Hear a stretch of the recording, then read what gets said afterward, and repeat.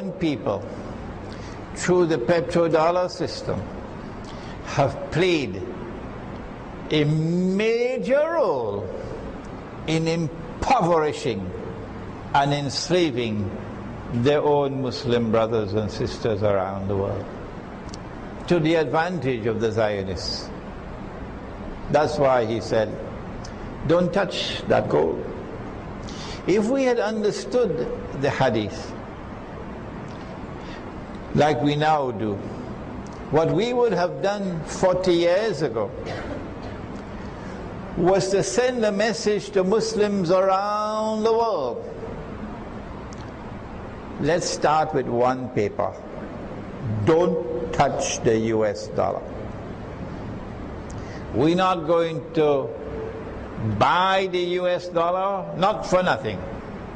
And we're not going to sell for the US dollar, not for nothing. Because we understand the US dollar to be His Majesty, the King of the system of oppression and financial enslavement. Financial oppression and financial enslavement. And that would have helped us by beginning with the US dollar to then move on to the whole world of paper currency. That we are not going to use it. We're not going to touch it. And we're going to come back and use our dinar and dirham. And you can do what you want. Whether you are this government or that government or that government, we are going to return to the Sunnah. Whoever brings back to life my Sunnah, any Sunnah of mine, said Nabi Muhammad alayhi salatu wasalam, you will be my companion in Jannah. And here is the Sunnah, dinar and dirham, which has gone. And if we make the effort to bring back dinar and dirham, the implication is we can only do it by stopping the use of that bogus and fraudulent and haram paper money. Only then we are bringing back the Sunnah. So this is nonsense really. So many people now, even Chinese in Penang, are minting dinar and dirham and selling. And some of them are selling at inflated prices, making a mint. So that those who are wealthy can secure the wealth that they have in dinar and dirham, while the bogus paper money continues to enslave the people. There's no barakah for that. We have suggested that we build Muslim villages in the remote countryside. And in our village, we have a market. And in our market, we are not going to use your ringgit. No, you can do what you want. You want to put us in jail? Go ahead and put us in jail. Shame on you. Shame on you. We're not going to use your ringgit. Do what you want. We're going to return to the Sunnah. And we're going to use dinar and dirham. And if you stop us from using dinar and dirham, we're going to use rice as money. We're going to use sugar as money. Will you stop us from using rice and sugar as money? Shame on you, shame on you, shame on you. This is our plan, to return to the Sunnah. That's why he said, do not touch that gold. Meaning, do not touch that petrodollar money system that's going to be used to keep the US dollar flying high and keep the paper money system surviving to this day. And only now, when India, which is a Hindu state, when India declares to Iran, we will buy your oil for gold, only now are we seeing the beginning of the collapse of the petrodollar money system. Only now. Not Islamic scholarship. It is India and Russia and China, not Salafi scholarship, not Sufi scholarship, no. I know of only one Sufi Sheikh. There may be others, I don't know them.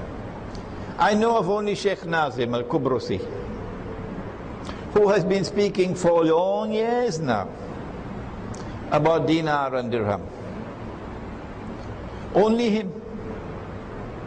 And urging all his followers to have at least 40 dinars in saving. This is years and years and years now Sheikh Nazim has been doing this. And today, for the first time, I heard, and alhamdulillah for that Sheikh Nazim has made an announcement, no one should declare him or call him a Sufi. He wants to banish the word Sufi and banish the word Tasawwuf. Alhamdulillah for that.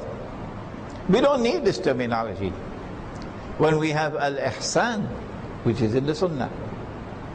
But there is another reason why he said, do not touch that gold. And let us explain that before we end.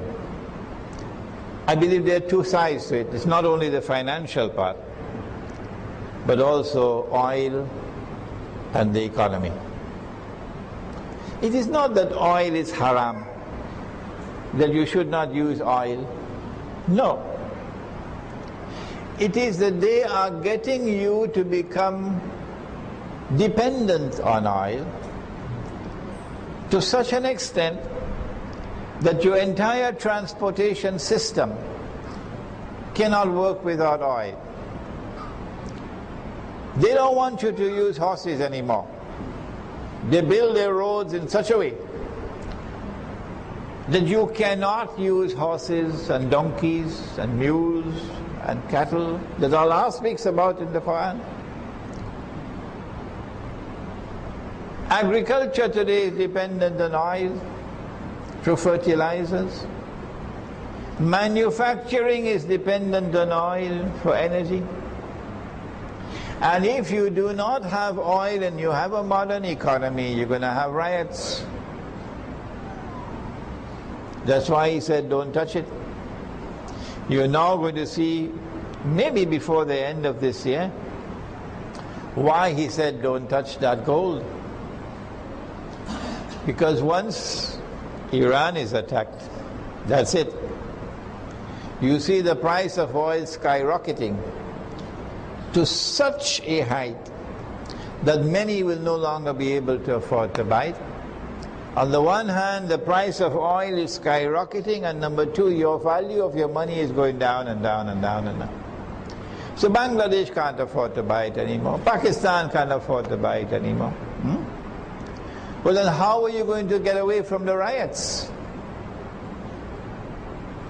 Fidel Castro was very sensible. From the time they imposed the US embargo on Castro, on Cuba,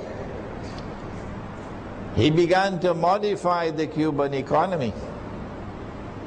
And lots of people in Cuba use bicycles, so they don't have to have riots over oil. Manufacturing in Cuba is such that they can live without the oil.